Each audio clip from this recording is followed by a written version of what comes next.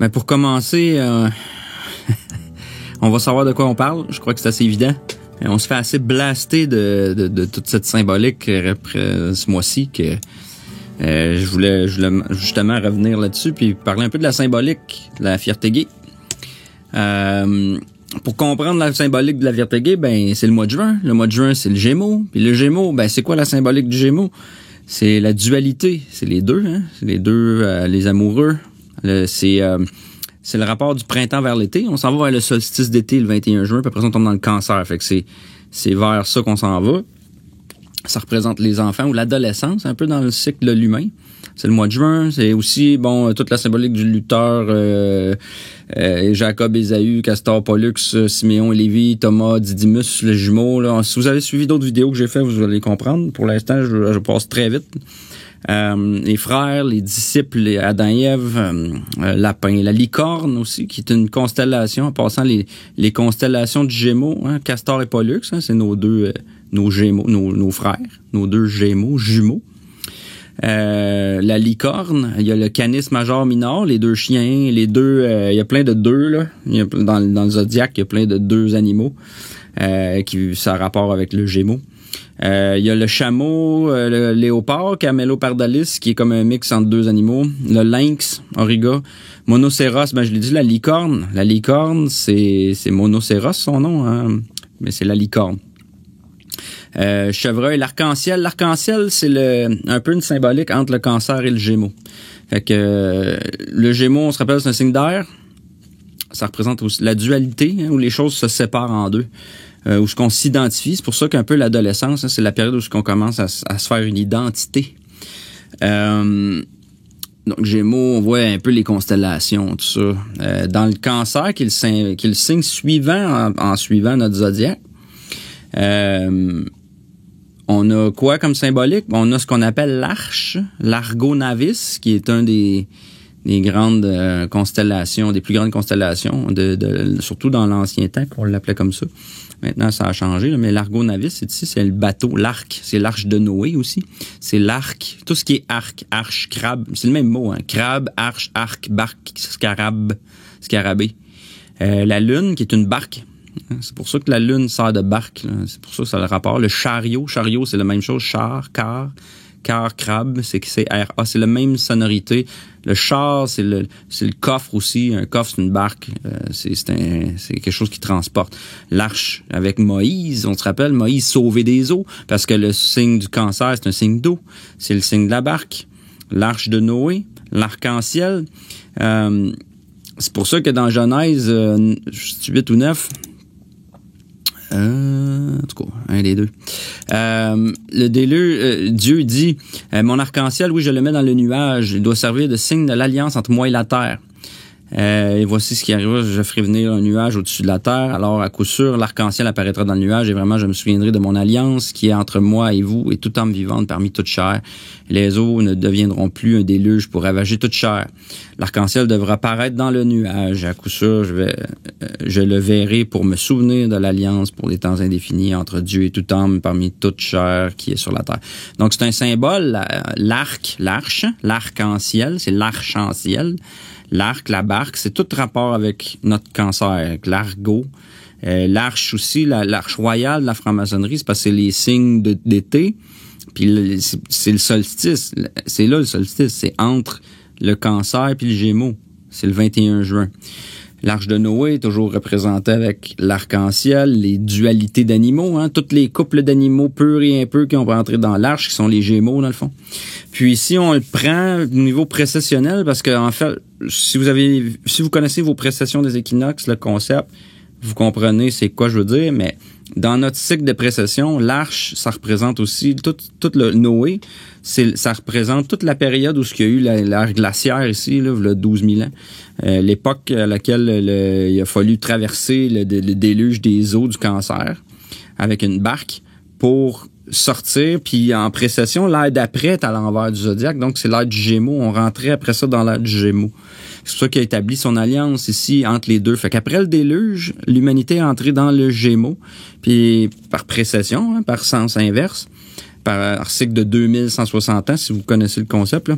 Fait que là, après le cancer, on est tombé dans le Gémeaux, puis Dieu, en sortant de l'arche, a fait sortir les animaux, puis il a donné le symbole de l'arc-en-ciel, qui se trouve à être un peu le symbole du solstice d'été, puis le symbole qui nous dit on sort du cancer pour aller dans le Gémeaux, dans le sens précessionnel. Donc, ceci dit, ça va nous amener à nos symboles de notre fierté gay. Hein? On sait, c'est l'arc-en-ciel, justement. L'arc-en-ciel comme on le voit sur Terre. C'est-à-dire, quand il y a un seul arc-en-ciel, tu sais, des fois, on en voit même deux, là. Il y en a un qui est comme à l'envers de l'autre. Le rouge en haut, le mauve en bas. La licorne, on vient de le voir. C'est la symbolique du Gémeaux. Ça a rapport. Ça a rapport avec notre Gémeaux, le monocéros, une constellation du Gémeaux. C'est toute de la symbolique. Ils ont utilisé la symbolique des amoureux, des frères, des sœurs pour mettre le même sexe ensemble. Je dis pas. Puis en passant, avant d'aller plus loin, j'ai rien contre le fait d'être gay. J'ai absolument rien contre ça. Il y a pas de problème. Tu peux faire qu'est-ce que tu veux. C'est pas le problème, c'est pas ça. C'est la propagande puis toute l'insistance qui se fait alentour de ça, puis de nous rentrer dans la gorge, puis c'est rendu violent parce que c'est un mouvement qui va créer un balancier inverse parce qu'à force d'insister puis nous rentrer ça dans la gorge avec puis en pervertissant tous les symboles puis en utilisant tout ça puis pour nous écœurer, ben ils vont créer l'effet inverse, ils vont créer une violence inverse. Fait en fait, les militants gays puis qui font tout ça la fierté, le mois de la fierté, puis qui sont ce que ça fait, ça écœure les gens plus que d'autres choses. Est-ce qu'il y a tu sais, c'est comme si on se mettait à faire du militantisme pour toutes sortes d'affaires à un moment donné, c'est parce que ça écœure les gens puis ça fait l'effet inverse. Ça écœure tellement les gens qui vont se mettre contre ça puis ils vont fait que là après ça ils en font plus parce qu'ils trouvent qu'il y a plus de problèmes mais ils vont continuer d'amplifier leurs problèmes pour s'auto-justifier encore et encore et encore puis ça finit pas là. C'est ça qui crée des divisions encore puis des divisions. C'est ça qu'on veut, c'est la dualité, le Gémeaux, c'est la division justement. Le drapeau, ben je viens de le dire, pourquoi on met le rouge en haut? C'est comme on voit, mais on sait très bien que l'humain, c'est le reflet d'en haut. L'humain, c'est le reflet. Le drapeau gay, la fierté gay, il est rouge en haut, violet en bas. Les chakras, qui sont notre sens, c'est le rouge en bas, le violet en haut. On est censé d'aller de l'infrarouge vers l'ultraviolet. On passe du plus bas spectre de lumineux vers le plus haut spectre lumineux. Les plus hautes basses fréquences, haute fréquence. Fait que c'est ça qui se passe. Fait que ce qu'ils ont fait avec le drapeau, c'est un drapeau à l'envers.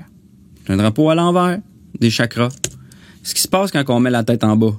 Un drapeau à l'envers, selon Google, certains drapeaux flottant à l'envers, tête en bas, peuvent signifier que la base ou les bâtiments où ils flottent sont passés aux mains de l'ennemi. C'est également un signe de détresse, mais aussi, il peut être aussi un signe de contestation ou de rébellion. C'est carrément ça. C'est carrément ça qu'ils font. Ils ont mis un drapeau à l'envers des chakras parce que l'humain est censé être le reflet de Dieu. Mais ce qu'on fait, puis si on connaît nos chakras, ben le chakra racine, c'est le chakra des parties plus reliées aux parties génitales, qui sont les deux premiers chakras. Puis après ça, en haut, on arrive vers la tête, puis les chakras supérieurs. La tête, c'est ce qui nous identifie. Ce qui t'identifie en tant que personne, c'est qu'on reconnaît ton visage. Ah, ben oui, c'est son visage, on peut reconnaître. On s'identifie avec notre face. Mais là, en mettant nos chakras à l'envers, on met notre face dans notre derrière. Fait qu'on, dans le fond, ces gens-là, en mettant leur drapeau à l'envers, ce qu'ils font, c'est qu'ils, tout ce qui les identifie, c'est leur chakra le plus bas. C'est-à-dire, la racine, c'est leur sexe qui les identifie. C'est ça qui sert à faire la différence, à s'identifier. Ils ont mis leur tête dans leur derrière, puis ils s'identifient avec ça. Et on s'identifie par notre tête dans le cul. On s'identifie par notre chakra le plus bas. Donc, à la place de la tête, c'est ça qu'on fait. On met notre sexe à la place de la tête. Puis on dit, le sexe fait notre identité. C'est ça que ça dit, la symbolique. C'est une rébellion, c'est encore un truc à l'envers. C'est encore une inversion. C'est une inversion.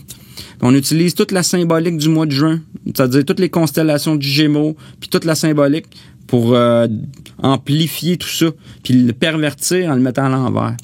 Fait que je voulais juste vous faire un petit briefing là-dessus, très court, juste pour lancer ça dans les airs, notre fameux mois de la fierté gay.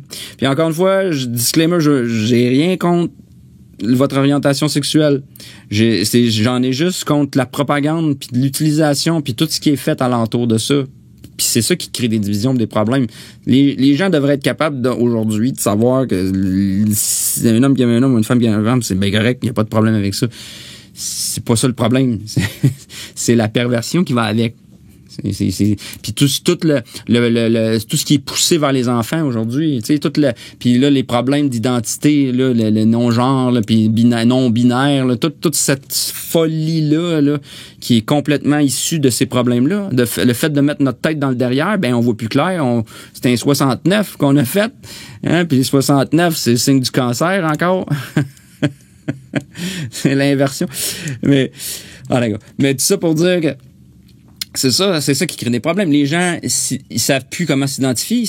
Ils prennent leur sexe, ils se le mettent d'en face. Puis ils se disent, c'est mon sexe, c'est ma sexualité qui va m'identifier. Puis en plus de ça, ils sont pas capables de le faire eux-mêmes. Fait qu'ils forcent pour que les autres le fassent pour eux. Parce que dans le fond, les gens sont pas capables de s'identifier. Fait qu'il faut qu'ils mettent des pronoms. Puis là, ils disent, toi, tu vas m'appeler par le pronom. Tu vas m'identifier. Tu vas suivre ce que j'ai à dire. Je suis le fou dans l'asile, mais c'est toi qui vas me parler comme je veux que tu me parles. C'est moi qui décide. Puis tu vas me parler selon ce que mon sexe. C'est quoi mon sexe? Donc tu vas dire IL ou tu vas dire une, whatever, qu'est-ce que c'est, là, les pronoms puis toute la trans machin. Regardez là. Fait que anyway, je voulais juste couvrir ça. Je vous souhaite un bon mois de juin, puis j'espère qu'on va passer au travers. All right.